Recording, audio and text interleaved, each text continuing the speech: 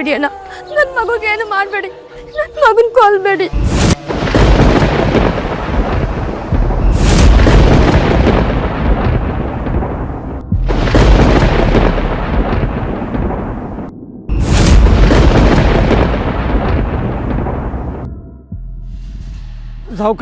ಸಾವುಕಾರ್ರೆ ನನ್ನ ಮಗುನ ಬಲಿ ಕೊಡ್ಬಿಡಿ.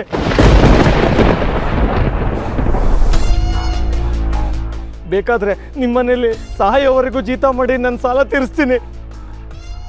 ನರಬಲಿ ಸಮರ್ಪಣಂ ಸ್ವಾಹ. ಬೇಕಾದ್ರೆ ದಯವಿಟ್ಟು ನನ್ನನ್ನು ಬಲಿ ಕೊಟ್ಬಿಡಿ. ಇದಕ್ಕೆಲ್ಲ ನಾನೇ ಕಾರಣ. ನನ್ನ ಹೆಂಡತಿ ಮಗುನ ಬಿಟ್ಬಿಡಿ ಸಾವುಕಾರ್ರೆ. ಸಾವುಕಾರ ತಗೋ ಕತ್ತಿ, ಕೊಡು ಬಲಿ. ಅಯ್ಯೋ ಅಯ್ಯೋ ಅಯ್ಯೋ ದೇವ್ರೆ, ನನ್ನ ಮಗುನ ಕಾಪಾಡೋರು ಯಾರು ಇಲ್ವೇ?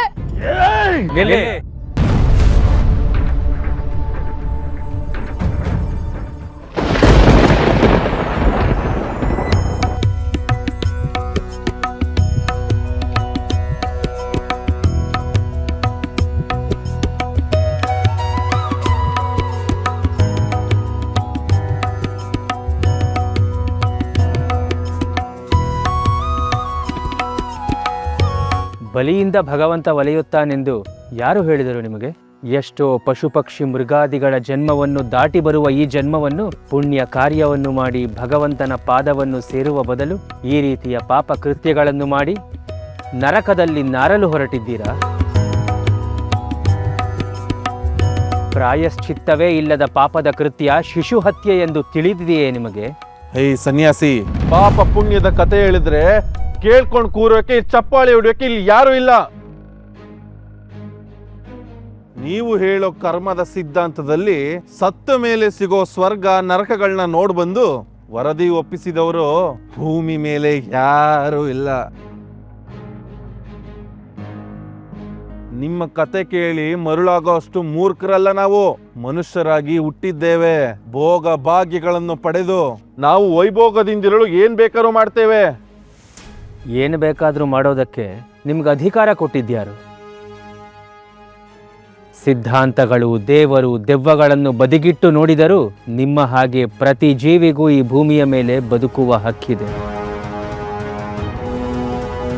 ಸಬಲರಾದವರು ದುರ್ಬಲರನ್ನು ಹಿಂಸಿಸಿ ಕೊಂದು ಬದುಕುವುದನ್ನು ಈ ಮನುಕುಲ ಒಪ್ಪುತ್ತದೆಯೇನು? ನಿಮ್ಮ ದುರಾಸೆಗೋಸ್ಕರ ಈ ಪುಟ್ಟ ಕಂದಮ್ಮನನ್ನು ಬಲಿ ಕೊಡಲು ಹೊರಟಿರುವಿರಲ್ಲ. ನಿಮಗೆ ಮನುಷ್ಯತ್ವವೇ ಇಲ್ಲವೇ? ಇದು ಮನುಷ್ಯತ್ವದ ರಾಕ್ಷಸತ್ವದ ಬಗ್ಗೆ ಚರ್ಚೆ ಮಾಡೋಕೆ ವಿದ್ಯಾಪೀಠ ಅಲ್ಲ, ಬಲಿಪೀಠ. ನಿಮ್ಮ ವಿಚಾರಕ್ಕೆ ನಾವು ಹೇಗೆ ತಲೆ ಹಾಕೋದಿಲ್ವೋ ನಮ್ಮ ವಿಚಾರಕ್ಕೂ ತಲೆ ಹಾಕ್ಬೇಡಿ. ಇಷ್ಟಕ್ಕೂ ನಿಮ್ನ ಕರೆದವ್ರು ಯಾರು ಇಲ್ಲಿಗೆ? ಈ ಮಹಾತಾಯಿ. ಆಕೆ ತನ್ನ ಕಂದಮ್ಮನನ್ನು ಕಾಪಾಡು ಎಂದು ಭಗವಂತನನ್ನು ಬೇಡಿದಳು. ಅವನ ಆಜ್ಞೆಯನ್ನು ಧರಿಸಿ ನಾವಿಲ್ಲಿಗೆ ಬಂದೆವು. ಅಂದ್ರೆ ತಾವೇ ದೇವ್ರ? ಕರೆದ ತಕ್ಷಣ ಬರೋದಕ್ಕೆ? ಕಷ್ಟದಲ್ಲಿರುವವರಿಗೆ ಸಹಾಯ ಮಾಡಲು ಬರುವ ಪ್ರತಿಯೊಬ್ಬರೂ ಆ ಭಗವಂತನ ಅಂಶವುಳ್ಳವರೇ. ಭಗವಂತ ಎಲ್ಲ ಕಡೆ ಬರಲಾಗುವುದಿಲ್ಲವೆಂದೇ ನಮ್ಮಂಥವರನ್ನು ಸೃಷ್ಟಿಸಿರುತ್ತಾನೆ. ಅಂದ್ರೆ ಈ ಮಗುವನ್ನ ನೀವು ಕಾಪಾಡ್ತೀರಾ? ಖಂಡಿತ. ಕಾಪಾಡೋಕೆ ನಿಮ್ಮ ಬಳಿ ಏನಿದೆ? ಅಸ್ತ್ರ, ಶಸ್ತ್ರ, ತೋಳ್ಬಲ? ನನ್ನ ಬಳಿ ದೈವ ಬಲವಿದೆ. ನಿಮ್ಮ ದೈವ ಬಲ ಈ ಮಗುನ ಹೇಗ್ ಕಾಪಾಡುತ್ತೆ ನೋಡೇ ಬಿಡೋಣ.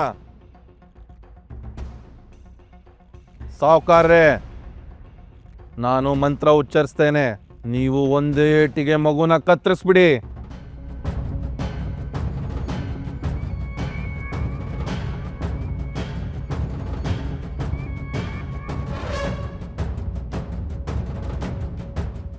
ನನ್ನ ಮಗುಗೇನು ಮಾಡಬೇಡಿ, ನನ್ನ ಮಗುಗೇನು ಮಾಡಬೇಡಿ.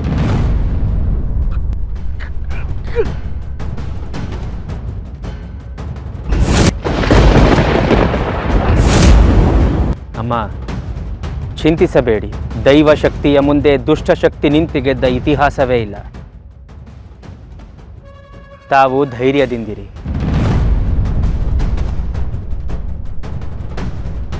ನಿಮ್ಮ ಪ್ರಯೋಗವನ್ನು ಮುಂದುವರಿಸಿ ತಂತ್ರಿಗಳೇ. ಅಗ್ನಿಸ್ಸಪ್ತಂ ವಾಚಂಬರಂ ದದಾತ್ಯಗ್ನಿರ್ವೀರಂ ಶ್ರುತ್ಯಂ ಕರ್ಮನಿಷ್ಠಾಂ. ಅಗ್ನಿಸ್ಸಪ್ತಂ ವಾಚಂಬರಂ ದದಾತ್ಯಗ್ನಿರ್ವೀರ್ಯಂ ಕರ್ಮಂ ಶ್ರುತ್ವಂ ಕರ್ಮನಿಷ್ಠಾಂ. ಅಗ್ನಿಸ್ಸಪ್ತಂ ವಾಚಂಬರಂ ದದಾತ್ಯಗ್ನಿರ್ವೀರ್ಯಂ ಶ್ರುತ್ಯಂ ಕರ್ಮನಿಷ್ಠಾಂ.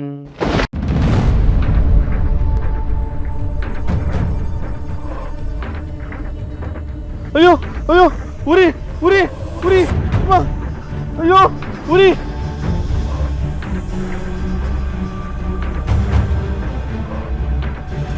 ಉರಿ ಗುರುಗಳೇ, ತಪ್ಪಾಯ್ತು ಗುರುಗಳೇ, ತಪ್ಪಾಯ್ತು. ಈಗ ನಿಮಗೆ ಜೀವದ ಬೆಲೆ ಅರ್ಥವಾಯಿತೆ ಮಂತ್ರವಾದಿಗಳೇ. ನಿಮ್ಮ ದುರಾಸೆಗೋಸ್ಕರ ಒಂದು ಹಸುಗೂಸನ್ನು ಬಲಿ ಕೊಡಲು ಹೊರಟಿರಲ್ಲ,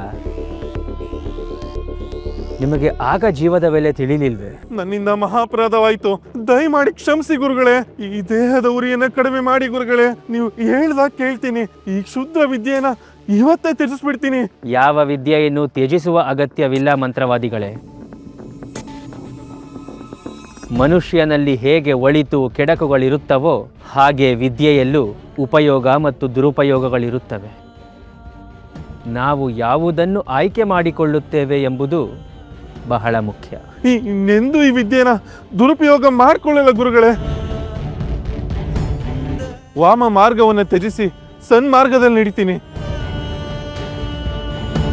ದಯಮಾಡಿ ನನ್ನ ದೇಹದ ಉರಿಯನ್ನು ಕ್ಷಮನ ಮಾಡಿ. ಓಂ ಸಹಸ್ರಶೀರ್ಷಂ ದೇವಂ ವಿಶ್ವಾಕ್ಷಂ ವಿಶ್ವಶಂಭುವಂ ವಿಶ್ವಂ ನಾರಾಯಣಂ ದೇವಮಕ್ಷರಂ ಪರಮಂ ತಪಂ ವಿಶ್ವತಃ ಪರಮಾನ್ ನಿತ್ಯಂ ವಿಶ್ವಂ ನಾರಾಯಣಂ ಹರಿಂ. ಓಂ ಶಾಂತಿ ಶಾಂತಿ ಶಾಂತಿ. ಗುರುಗಳೇ ಗುರುಗಳೇ, ನನ್ನ ದೇಹದ ಉರಿ ಶಮನವಾಯ್ತು, ಶಮನವಾಯ್ತು. ನೀವು ಸಾಮಾನ್ಯರಲ್ಲ, ಮಹಾಮಹಿಮರು, ಮಹಾಮಹಿಮರು.